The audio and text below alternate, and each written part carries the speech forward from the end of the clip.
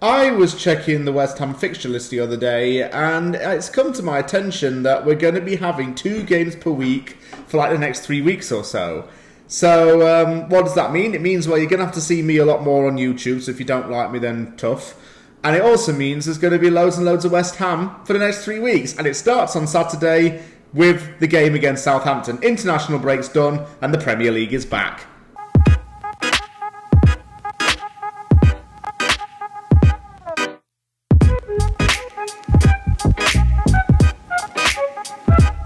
West Ham go into Saturday's encounter at St Mary's in quite good hopes. Well, as we know, West Ham have won 2 and drawn 1 in the Premier League so far. We also have some new signings that could be making their debuts in this game. We could actually see 4 debutants. Alphonse Areola's rumoured to be in contention to start in goal. Zuma's also fighting for a place to start in the team. And Vlasic and Kral could even feature in this game. Nikola Vlasic was at training today, as was Kurt Zouma.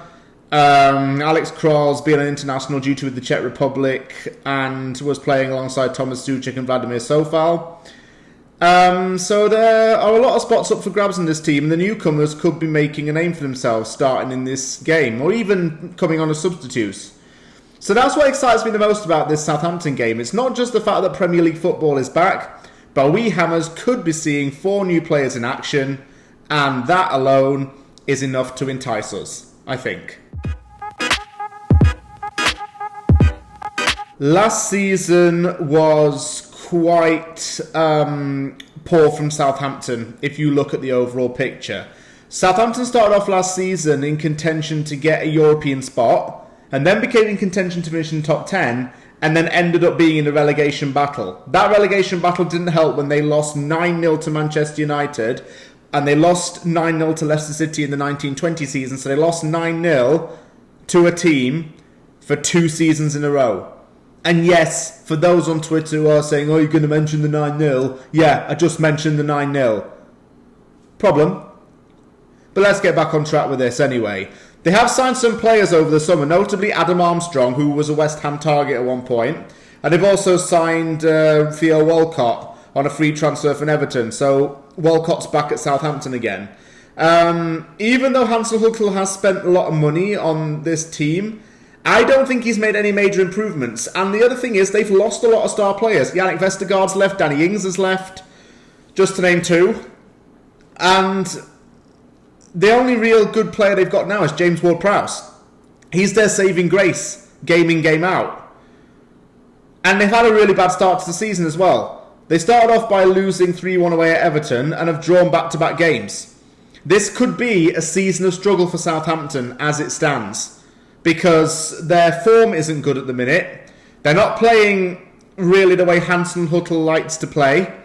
And not only that, they're struggling to get results. So Southampton need to turn this around. They need to turn it around quickly. West Ham have a good track record against Southampton, so if you're a Saints fan, that doesn't really help your situation either. Well, I thought I'd start off with the most obvious choice in this, James Ward-Prowse, who is Southampton through and through. Even though he was born in Portsmouth, he plays for Southampton. He's been at the club for most of his natural life anyway. He started with the club in 2003, rose through the ranks, and made his professional debut in 2011. And since then, he's made 272 appearances and scored 31 goals. Ward-Prowse is known for his set-piece excellence and his penalty taking. That, and he's also the captain of the club and has signed a new long-term deal. He's not going anywhere, even though Aston Villa was sniffing around for him. He sees himself at Southampton as very committed to the club. So that's why he's going in ones to watch. Jan Bednarek is up next. And now that Jannik Vestergaard's gone, I would say that Jan Bednarek is possibly Southampton's best centre-back. The issue with him is that he's very aggressive. He seems to get booked week in, week out, and he got sent off a couple of times last season. He's a Polish international and played against England midweek. So Declan Rice is going to be going up against Bednarek for another time, twice in a week. And the thing with Bednarek is that he's actually a decent defender in the air, but his tackling is where he's a letdown. It's not that he's bad at it, it's just he goes in too early and he's a bit aggressive, but he's now got to be considered Southampton's best defender now that Vestergaard's no longer there. So Vestergaard's loss is better in the next game because the latter has even more of a point to prove now. Bigger boots to fill. I'm going to put Adam Armstrong in this section because I think it might be a bit typical that he will end up scoring against West Ham when West Ham was linked with him for long periods of a time. This transfer came after Danny Ings went to Aston Villa in what was a surprising move. But Southampton acted really quickly and replaced him with Adam Armstrong. And this is going to be a really testing season for the player, because Armstrong needs to prove that he is Premier League worthy. Scored a goal in his debut, great. But can he do it under more and more pressure? That is the question. And can he do it consistently in the Premier League? He's done it on a cold night in Stoke already because he was playing in the Championship. Can he do it on a cold night on the South Coast?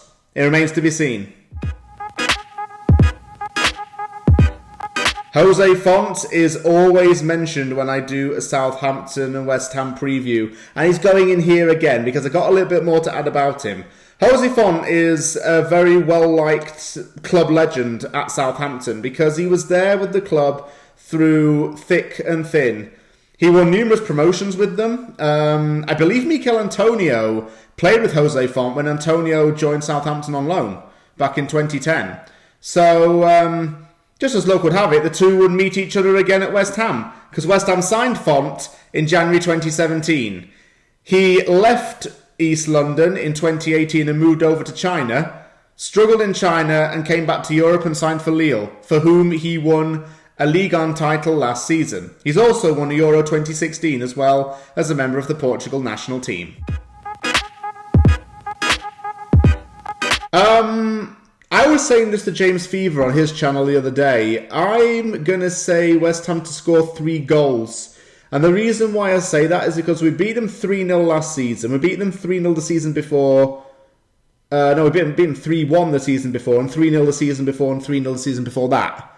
So we have a habit of scoring 3 goals against Southampton. But I also think Southampton could end up scoring against us, because we haven't kept a clean sheet all season so far. So I'm going to say West Ham to win 3-1. You might think it's wishful thinking, but there is method in my madness. Thank you very much for watching this episode of Opposition Uncovered. If you liked the video, hit the like button and don't forget to subscribe for more content. We've got Europa League starting up next week, and I've got a couple of videos for that coming up. The first episode of Hammer's Guide 2, Fly Away, is coming up on my channel, and I've also got the preview for Dinamo Zagreb. So take care, everybody. I'll see you all soon, and don't forget to tune in then.